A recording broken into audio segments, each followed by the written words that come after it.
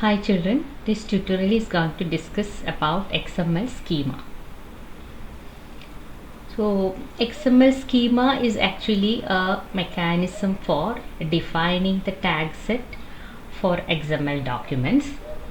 So it is similar to DTD, document type definitions, but document type definitions have several disadvantages.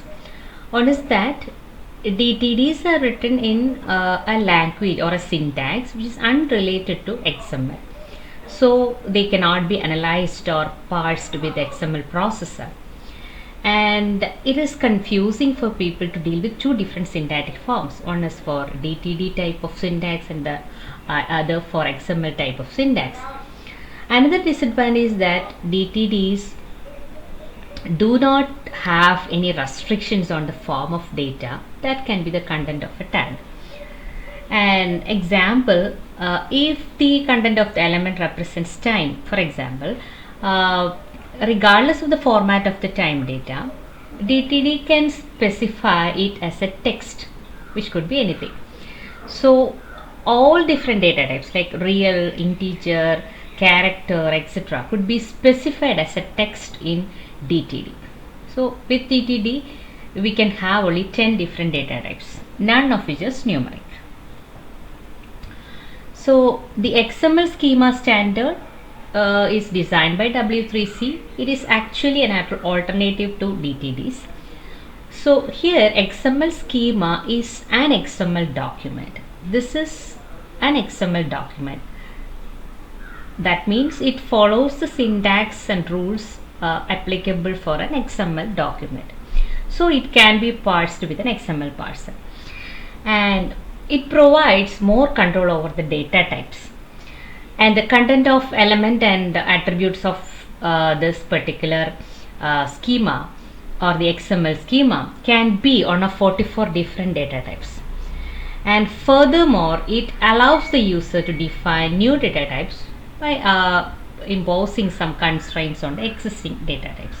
That is, we can have a numeric data value that can have exactly 7 digits by giving some constraints on the existing numeric data types. And to promote the use of the XML schema was designed to allow any DTD to be automatically converted to equivalent XML schema. And some fundamentals about schema. Schemas are, the idea of schema is related to object-oriented programming. Here schema is considered as a class definition. That means it can define the template or the elements and the tags that can be part of that XML document. And an XML document that uses the tags and attributes defined in this schema can be treated as an object of this class, or it can be treated as instance of that schema. And schemas have two primary purposes. The first one is it specifies the syntactic structure of its instance. Instance means XML document, including which elements and attributes may appear and where and how often they can appear, etc. Second, the schema specifies the data type of every element and attributes that are part of the XML documents. And it is said that XML schemas are namespace centric. That means XML schemas, namespace means the tag names and the attribute names that it can use is defined in a namespace. That namespace are represented by URIs and they are unique, so it is customary to use that URIs that start with author's website address for namespaces. And now let's see how to define a schema. So schemas themselves are written with the use of tags and attributes. These tags and attributes are taken from a namespace, that is in effect schema of schemas. That namespace can be treated as schema of schemas. So the name of this namespace is http:// etc. to XML schema, and the elements or the names taken from this namespace are element, schema, sequence, string, etc. So every schema has schema as its root element. Schema is the root element, and the schema element specifies the namespace for schema of schemas. That means from which the schema's elements and attributes are drawn. So it often specifies a prefix that will be used for the names in the schema. Example, here you can see XMLNS colon XSD and a URI that equal to URI. This is actually an attribute. So here you can see that the prefix XSD for the names from this namespace for the schema of schemas. And a schema, what a schema does is it defines the namespace. That namespace is the tag set, same as that of the DTD, that can be used by an XML document. So the name of the namespace defined by a schema, that is the name of the namespace defined by our schema, must be specified with the target namespace attribute.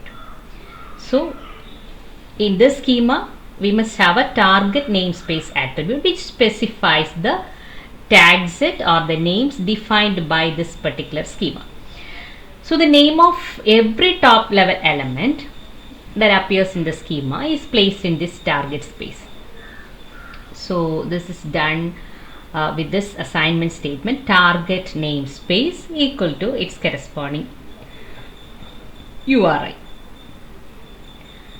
And if the element and attributes that are not part of the top elements, or it can be the sub elements of top elements, so those names are included in the target namespace by using the assignment statement for the property or the attribute element form default equal to qualified.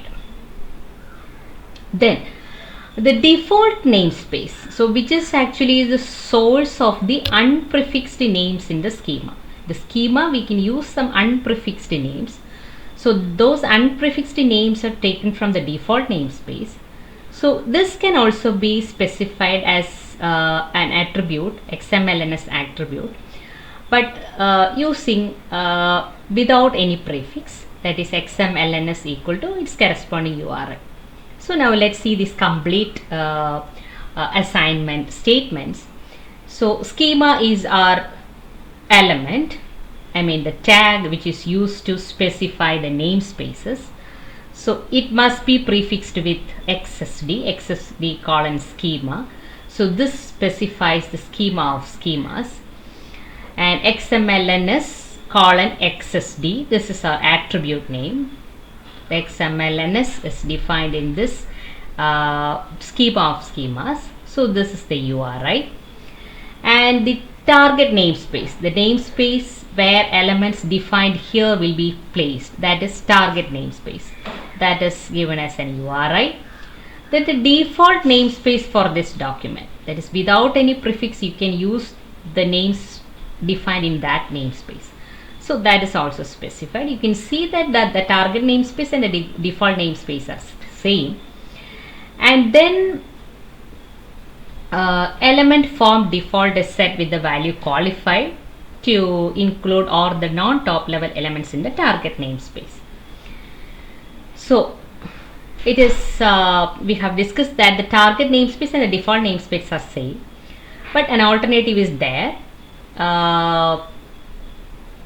The XML schema names, we can make the XML schema names the default, so they do not need to be prefixed in the schema. If so, the names in the target namespace would need to be prefixed. So if you want to have this kind of approach, you can use this code. Schema, you can see there is no prefix here, it's only schema, and this is its default namespace, that is schema of schemas. This is the target namespace, and here you can see XMLNS colon plain. So plain is actually the new word here, because in the documents, the XML documents which uses this particular schema, and the elements which is which are going to be discussed in this schema must be prefixed with this plain. So its namespace is assigned, the URI is assigned to this particular attribute. Then non-top elements must be included in the target namespace, so qualified, it is assigned with this attribute is assigned with the value qualified. The name schema does not need to be prefixed because now it is the default, but all the names being created by this schema must be prefixed, both in this schema as well as in its instances. Instances means XML documents which uses this schema. And we are going to see how to define a schema instance. So an instance of the schema must include the specifications of the namespaces it uses. And these specifications are given as some attribute assignments of the root element of the schema. So first, an instance document, normally instance document means XML document, defines its default namespace to be the one defined in its schema. So here what we are going to see is our root element is plains. So plains, and the default namespace is declared with an assignment to the attribute XMLNS with the default namespace URI. And the second attribute specification in the root element of an instance document is for the schema location attribute. You have to specify the schema location for this particular document.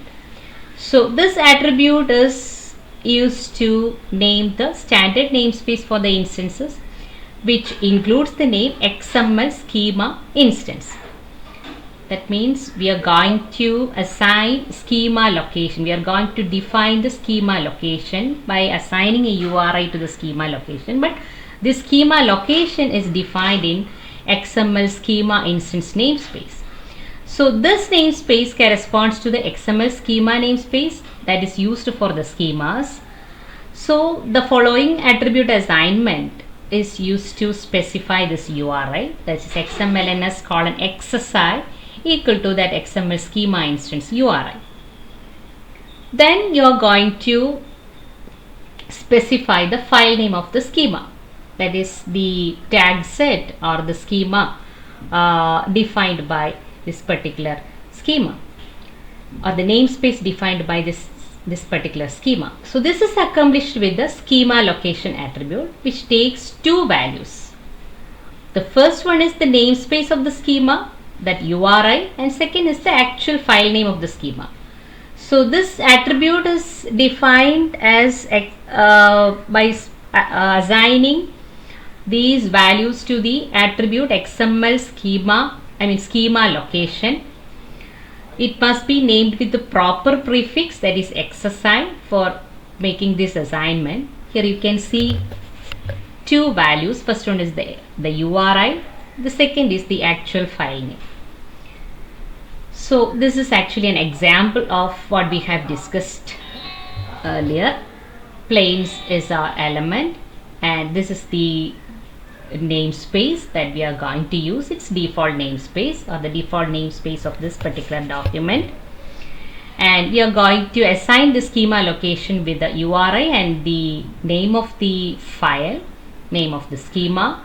So if you're going to use this attribute is defined in XML schema instance, so we have to assign the namespace for XMLNS XSI also, and then schema location is assigned with its corresponding URI and the file name. So the purpose of DTDs and XML schema is for providing standardized tags, that's all. Then we have to check the whether this XML document conforms to this tag set or not. So this can be done with some validation programs. One of these is named as XSV. So an XML schema validation program performs two checks. The first one is it checks to determine whether the schema is valid related to the schema of schemas, that is XML schema. Then second, it checks to determine whether this document conforms to the rules, syntactic rules specified in the schema. Thank you.